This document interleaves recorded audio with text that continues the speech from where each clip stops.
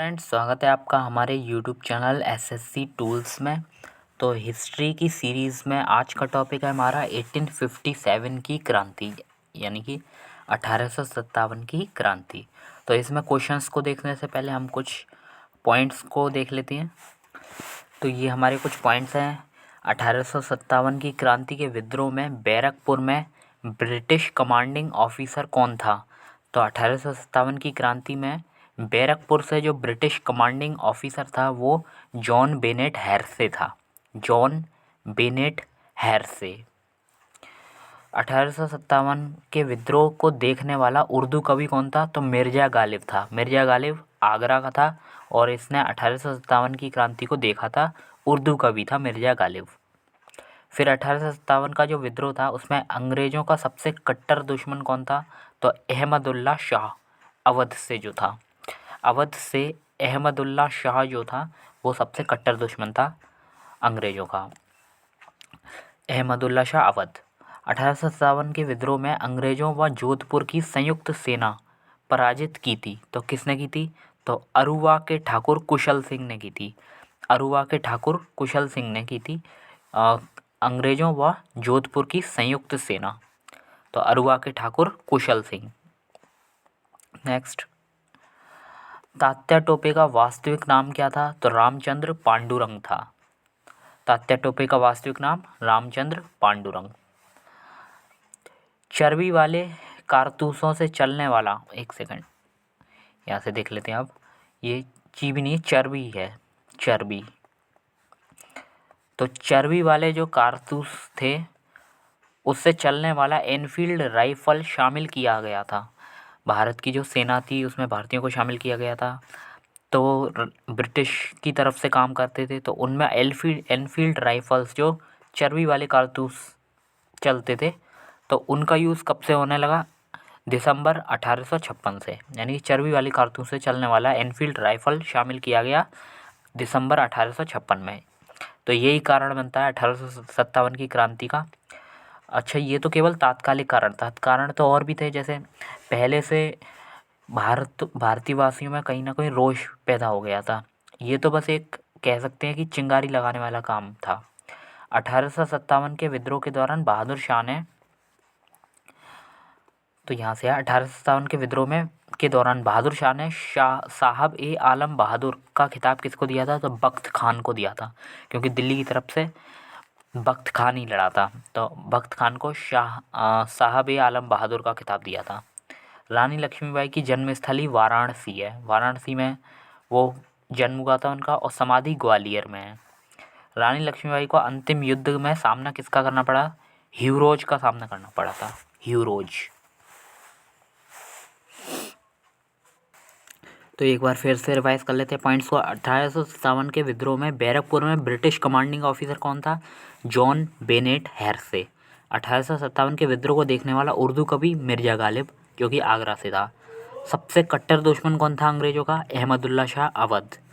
1857 के विद्रोह में अंग्रेज़ों व जोधपुर की संयुक्त सेना पराजित की थी अरुवा के ठाकुर कुशल सिंह ने। तात्या टोपे का वास्तविक नाम रामचंद्र पांडुरंग। चर्बी वाले कारतूस से चलने वाला एनफील्ड राइफल शामिल किया गया था दिसंबर 1856 में। 1857 के विद्रोह के दौरान बहादुर शाह ने साहब ए आलम बहादुर का खिताब किसको दिया था? बख्त खान को। रानी लक्ष्मीबाई की जन्मस्थली वाराणसी है और इनकी समाधि ग्वालियर में है। अंतिम युद्ध में सामना करना पड़ा था ह्यूरोज का। अब कहाँ से कौन लड़ा था, कहाँ से किसने नेतृत्व किया था? तो बरेली, यानी कि रोहेलखंड जो इलाके में आता है बरेली, तो बरेली से खान बहादुर लड़े थे। तो बरेली से नेतृत्व या रोहेलखंड से नेतृत्व खान बहादुर ने किया था। अवध या लखनऊ से बेगम हजरत महल। अवध या लखनऊ से बेगम हजरत महल। तो अवध से ही अहमदुल्ला शाह का नाम अभी सुना था, जो अंग्रेज़ों का सबसे कट्टर दुश्मन था, जो अहमदुल्ला शाह अवध। तो अहमदुल्ला शाह किसकी तरफ से लड़ा था? तो अहमदुल्ला शाह जो है वो अवध की तरफ से ही लड़ा था। अहमदुल्ला शाह और बेगम हजरत महल के नेतृत्व में। बेगम हजरत महल कहाँ थी? लखनऊ या अवध की जो बेगम थी, बेगम हजरत महल। इलाहाबाद से लियाकत अली थे। लियाकत अली इलाहाबाद का नेतृत्व किया था लियाकत अली ने। आरा, जगदीशपुर, पटना, बिहार से ये कुंवर सिंह थे। कुंवर सिंह असम से मनीराम दत्त थे, दिल्ली से बख्त खान थे, बख्त खान जिसे साहब ए आलम बहादुर का खिताब दिया था बहादुर शाह जफ़र ने।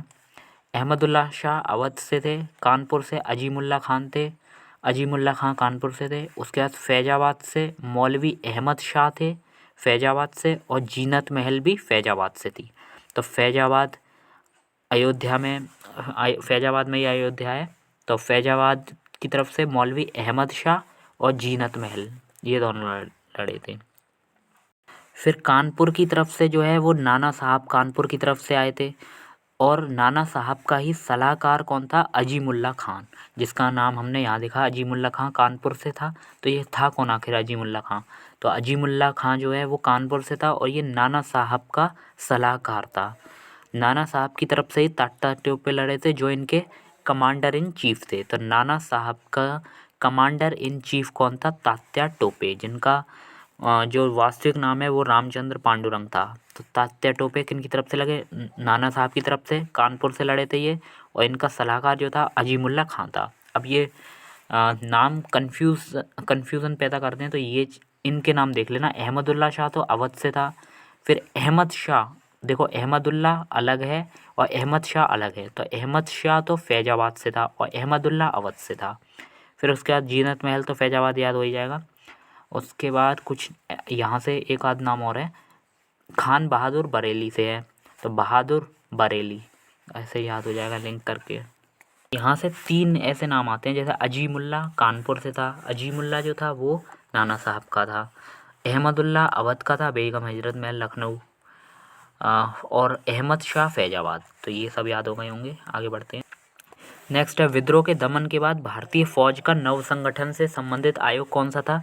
तो पील आयोग, क्योंकि भारतीय फौज के जो सैनिक थे उन्होंने क्या काम किया था? विद्रोह किया था। तो अब नव संगठन की बारी आ गई थी। तो विद्रोह के दमन के बाद, जब विद्रोह का दमन हो गया, उसके बाद भारतीय फौज का नव संगठन से संबंधित आयोग कौन था? पील आयोग। उस समय 1857 की क्रांति के समय ब्रिटिश पीएम कौन था? पामस्टन। 1857 का विद्रोह को षड्यंत्र की संज्ञा किसने दी? आउटरम एवं टेलर ने। आउटरम एवं टेलर ने इसको षड्यंत्र कहा। जबकि प्रथम स्वतंत्रता संग्राम किसने कहा? वीडी सावरकर ने। वीडी सावरकर ने प्रथम स्वतंत्रता संग्राम कहा। ना प्रथम, ना राष्ट्रीय, ना ही स्वतंत्रता संग्राम था। तो ये किसने कहा था? आरसी मजूमदार ने ये कथन कहा था कि 1857 का जो विद्रोह है वो ना तो प्रथम था, ना ही राष्ट्रीय था, और ना ही स्वतंत्रता संग्राम था। तो ये कहा था आरसी मजूमदार ने। भारतीय स्वाधीनता आंदोलन का सरकारी इतिहासकार, ये जो 1857 की क्रांति है तो इसको भारतीय स्वाधीनता आंदोलन कह सकते हैं। तो इसका सरकारी इतिहासकार कौन है? एस.एन. सेन। अब क्वेश्चंस पर आ जाते हैं। अंग्रेजी भारतीय सेना में चर्बी वाले कारतूस से चलने वाली एनफील्ड राइफल को कब शामिल किया गया था? तो ये पढ़ा था हमने दिसंबर 1856 में। भारत के प्रथम स्वतंत्रता संग्राम का मुख्य तात्कालिक कारण क्या था? अंग्रेजों का धर्म में हस्तक्षेप का संदेह, मतलब अंग्रेज अब धर्म में हस्तक्षेप कर रहे हैं, ये संदेह हो गया था। तो इसलिए प्रथम स्वतंत्रता संग्राम का ये मुख्य तात्कालिक कारण बना था, जिसमें मुख्य कारण चर्बी वाले कारतूसों को शामिल करना था। मंगल पांडे की घटना हुई थी बैरकपुर में। तो 1857 की क्रांति में जो चर्बी वाले कारतूसों का प्रयोग हुआ था, तो उसके लिए आवाज़ किसने उठाई थी? मंगल पांडे ने। तो मंगल पांडे को इसके लिए फांसी भी हुई थी बैरकपुर से था मंगल पांडे।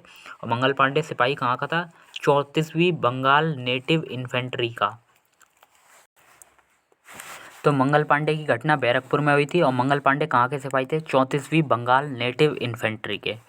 1857 के विद्रोह के दौरान बहादुर शाह ने साहब ए आलम बहादुर का खिताब किसको दिया था? बख्त खान को।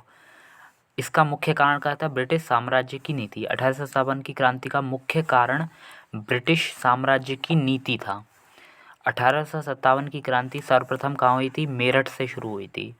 1857 की क्रांति जो स्वतंत्रता संग्राम से संबंधित पहली घटना क्या थी? सैनिकों का दिल्ली के लाल किले पर पहुंचना। तो ये पहली घटना थी। 1857 स्वतंत्रता संग्राम से संबंधित पहली घटना थी। जो भी सैनिक थे वो दिल्ली के लाल किले पर पहुंचे थे, और सर्वप्रथम ये हुई थी मेरठ से शुरू हुई थी सर्वप्रथम। आगे 1857 स्वतंत्रता संग्राम से संबंधित पहली घटना वही दिल्ली पे लाल किले पर पहुंचे थे। स्वाधीनता संग्राम का प्रतीक क्या था? ये जो 1857 का जो स्वाधीनता संग्राम है इसका प्रतीक कमल और रोटी था। 1857 के संग्राम के झांसी, मेरठ, दिल्ली, कानपुर केंद्रों में से सबसे पहले अंग्रेजों ने पुनः अधिकृत किसको किया? दिल्ली को, क्योंकि दिल्ली में ही मुगल बादशाह बैठते थे, तो इसी को सबसे पहले अंग्रेजों ने अधिकृत किया। नेक्स्ट है जो 1857 का स्वाधीनता संघर्ष है, इसकी वीरांगना महारानी लक्ष्मीबाई की जन्मस्थली क्या है? वाराणसी। बरेली से कौन था? खान बहादुर था। रानी लक्ष्मीबाई की समाधि ग्वालियर में है, और बरेली या रोहिलखंड से खान बहादुर। रानी लक्ष्मीबाई का अंतिम युद्ध में किसका सामना करना पड़ा था? तो ह्यूरोज का। 1857 के विद्रोह लखनऊ में जिसके नेतृत्व में आगे बढ़ा? तो लखनऊ में बेगम ऑफ अवध, बेगम हजरत महल। उसके बाद नेक्स्ट है वह महिला जिसने अवध में 1857 की क्रांति का नेतृत्व किया? तो बेगम हजरत महल। इलाहाबाद में कौन था? लियाकत अली। लियाकत अली इलाहाबाद से थे।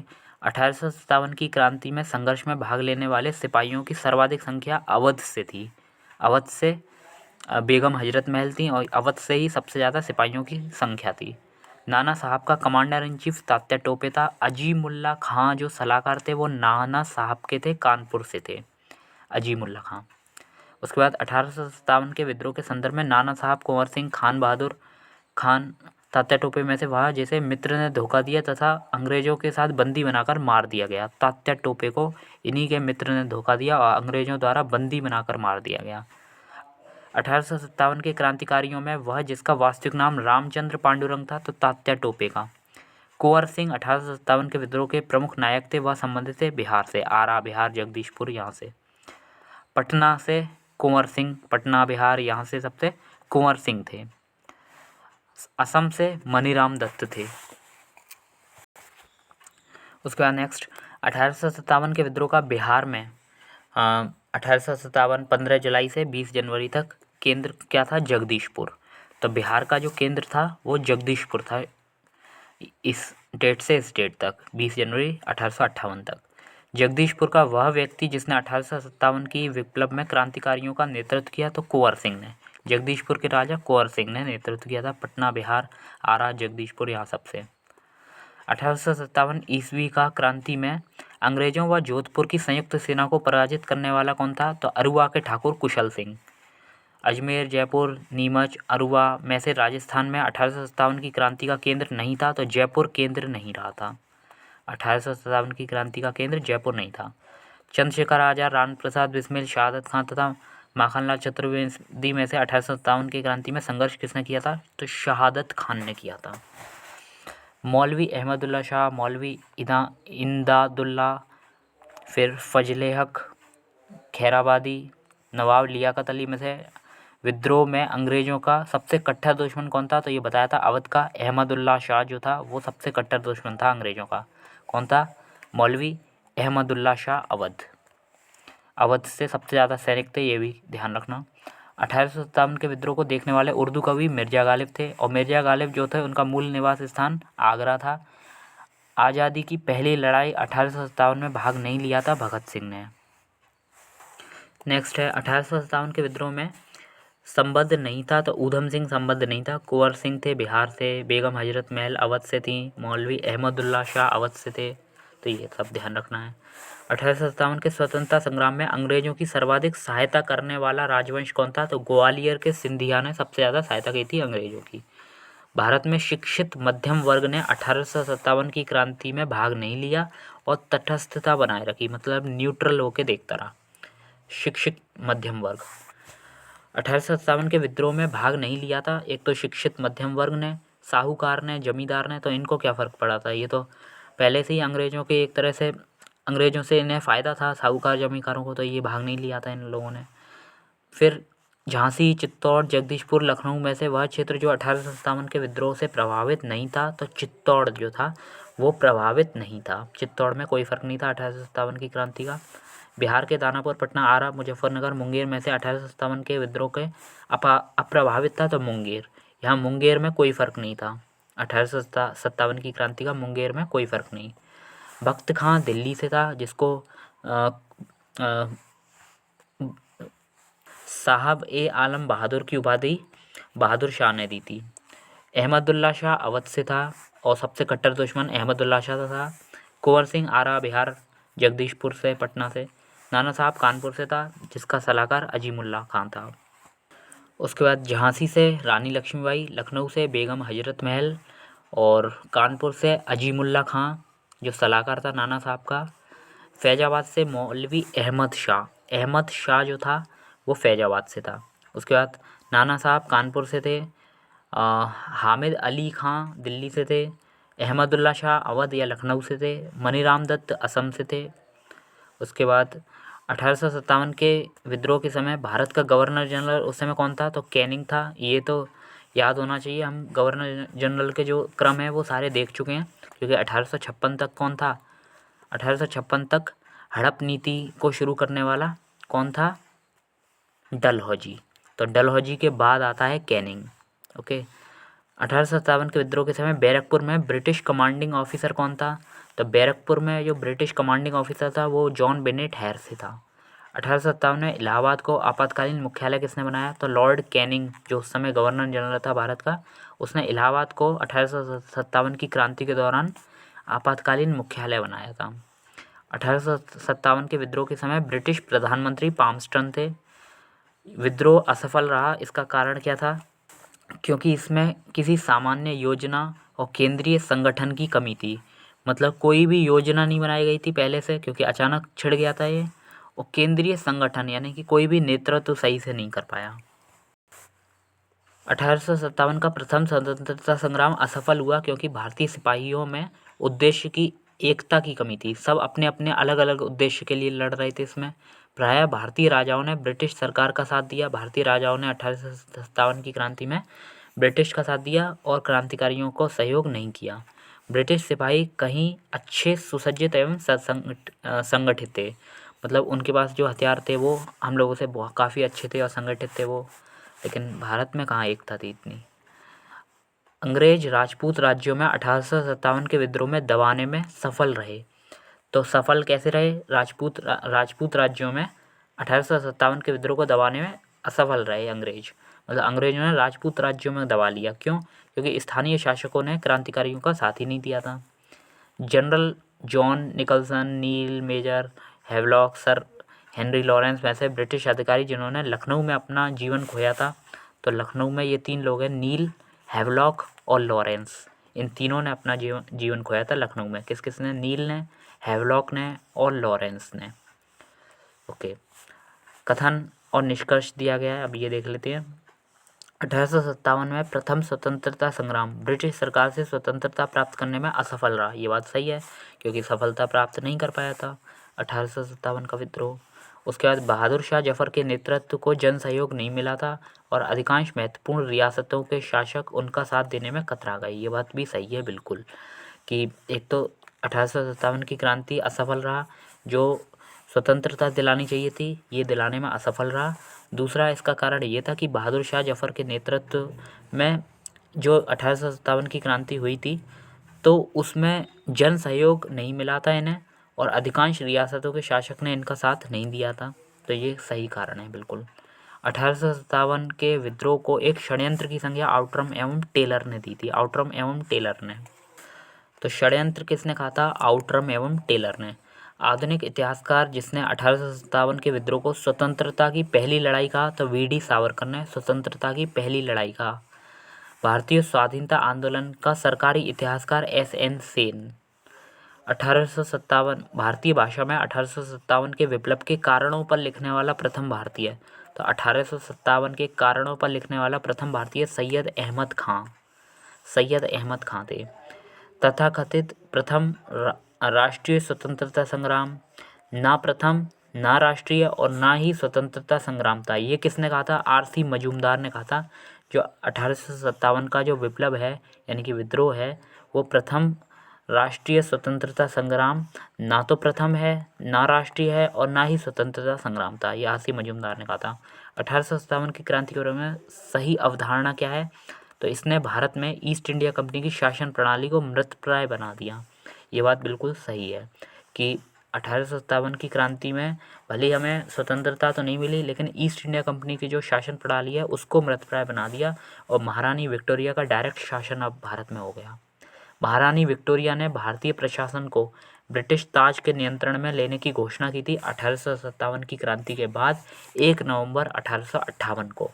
1 नवंबर 1858 को विक्टोरिया ने भारतीय प्रशासन को ब्रिटिश ताज के नियंत्रण में लेने की घोषणा की थी, यानी कि ब्रिटिश क्राउन के नियंत्रण में आ गया था भारत। साम्राज्ञी विक्टोरिया ने 1858 की घोषणा में भारतीयों को बहुत सी चीज़ें दिए जाने का आश्वासन दिया था। वह आश्वासन जिसे ब्रिटिश सरकार ने पूरा किया था, तो वह क्या था कि रियासतों को जो हड़पने की नीति है अब वो समाप्त कर दी जाएगी। तो ये भी घोषणा की थी 1857 की क्रांति के बाद। जब महारानी ने विक्टोरिया ने घोषणा पत्र लाया तो उसमें ये भी आश्वासन दिया था कि रियासतों की जो हड़प नीति है डलहौजी के द्वारा वो समाप्त कर दी जाएगी। महारानी विक्टोरिया की उद्घोषणा 1858 का उद्देश्य क्या था कि भारतीय राज्यों को ब्रिटिश साम्राज्य में मिलाने के किसी भी विचार का परित्याग करना था, कि भारतीय जो राज्य धीरे धीरे मिलाए जा रहे हैं ब्रिटिश साम्राज्य में वो अब मिलाए नहीं जाएंगे, और भारतीय प्रशासन को ब्रिटिश क्राउन के अंतर्गत करना, ये दोनों उद्देश्य थे। नेक्स्ट, पील आयोग, हंटर आयोग, साइमन कमीशन। तो 1857 के विद्रोह के दमन के बाद भारतीय फौज के नव संगठन से संबंधित कौन सा आयोग था? तो पील आयोग था, भारतीय फौज के नव संगठन से संबंधित। 1857 के विद्रोह के बाद ब्रिटिश सरकार ने सिपाहियों का इन प्रांतों से चयन किया था। तो 1857 की क्रांति के बाद जो ब्रिटिश थे उनने सिपाहियों का चयन गोरखा से किया, सिख से किया और पंजाब उत्तर प्रांत से किया। तो यहाँ आज हमारा टॉपिक ख़त्म हुआ 1857 की क्रांति। कल का टॉपिक है अन्य जन आंदोलन। इसके अलावा और भी जन आंदोलन हुए थे तो वो देखेंगे कल के वीडियो में। तो दोस्तों सारी सीरीज़ को ज्वाइन करना, बहुत फ़ायदा मिलेगा, एक भी क्वेश्चन नहीं छूटने देंगे आपका। इसके अलावा एक्स्ट्रा क्वेश्चंस भी प्रोवाइड कराएंगे जो रह जाएंगे। तो मिलते हैं नेक्स्ट वीडियो में, तब तक के लिए बाय, टेक केयर।